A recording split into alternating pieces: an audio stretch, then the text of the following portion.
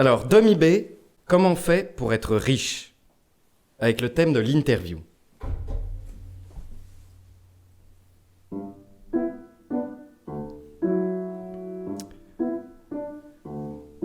Alors, je suis né dans les Vosges, près d'une fontaine. Et quand j'étais petit, j'aimais bien jouer près de la fontaine. Donc j'y allais avec mes chaussures. Et puis quand j'étais près de la fontaine, je me souviens, j'enlevais mes chaussures et je mettais mes pieds dans la fontaine. Et puis je me suis dit, c'est quand même dommage, parce que quand je mettais mes pieds dans la fontaine, parfois il y avait des petits cailloux, voilà, qui me faisaient mal aux pieds. Et je me disais, mais tiens, comment on pourrait faire pour ne plus avoir mal aux pieds quand on va dans la fontaine? Et je me suis dit, il faudrait inventer des chaussures qui font pas mal aux pieds quand on va dans l'eau.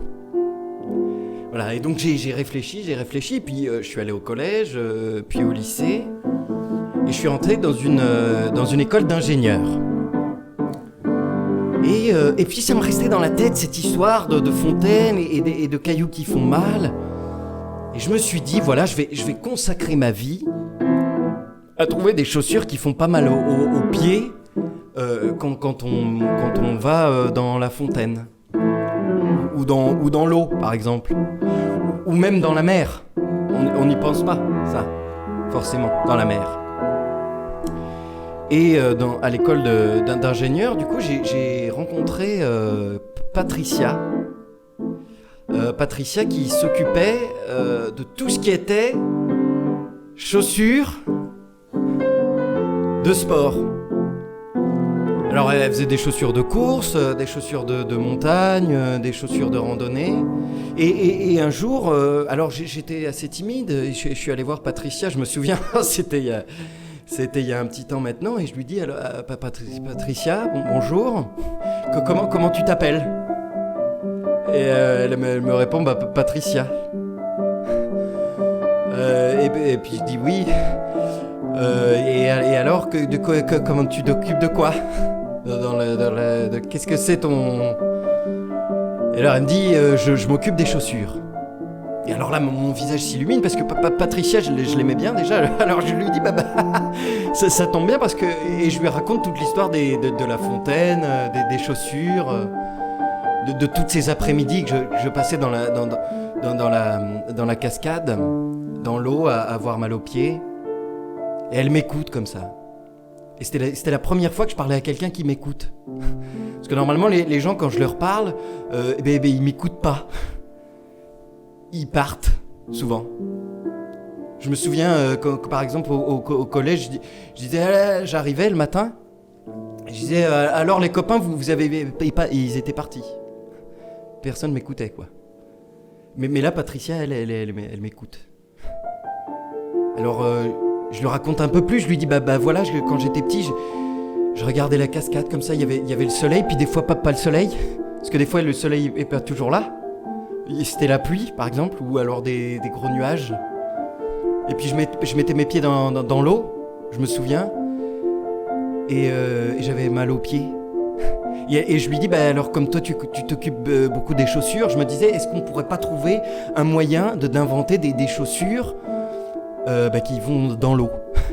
Alors pas les chaussures comme on connaît, que les chaussures qu'après il faut les sécher, pas les sécher longtemps. Parce que les chaussures normales, quand on va dans l'eau, moi je me souviens quand j'étais petit, j'allais avec mes chaussures normales. Après, il fallait que j'attende combien? Beaucoup? 2 jours, 3 jours avant que ça sèche, puis je réutilisais les chaussures parce que quand je... Oui, j'abrège. Elle me dit oui, c'est une très bonne idée. Alors on va essayer de trouver quelque chose. Alors on a beaucoup travaillé. Et puis alors le matin... On travaillait, puis le midi on mangeait ensemble, l'après-midi on travaillait beaucoup. Le soir on mangeait, puis la nuit on travaillait beaucoup. Et puis l'idée est venue, on s'est dit il faudrait trouver un matériau qui sèche, qui a pas besoin de sécher, un bon matériau pour qu'il puisse aller dans l'eau et qu'il se ressèque tout de suite. Et on a trouvé.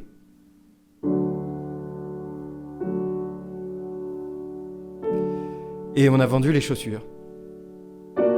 Alors d'abord on en a vendu une, puis que deux. On les vendait pas par paire à l'époque parce que c'était trop cher.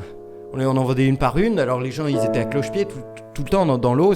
Parfois ils tombaient, il y a eu des accidents beaucoup, alors on a essayé de réduire le prix, et puis on a commencé à trouver un matériau un peu moins cher, mais construit ici localement avec du matériau, c'était très naturel, de la sève de cocunia, c'est une plante qui poussait près de chez moi, et puis on a construit comme ça un plastique qui permet qui sèche vite, qui sort de l'eau. Alors et puis c'est comme ça que je suis devenu très riche, quoi, avec Patricia.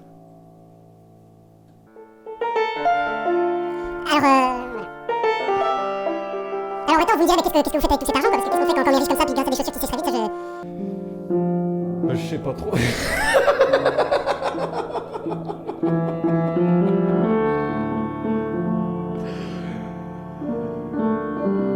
Alors voilà, c'est ça mon histoire. Alors si j'avais un message à passer aux jeunes, par exemple, ce serait quand vous allez vous baigner, ou quand vous faites n'importe quoi, pensez un petit peu à... Pensez un petit peu.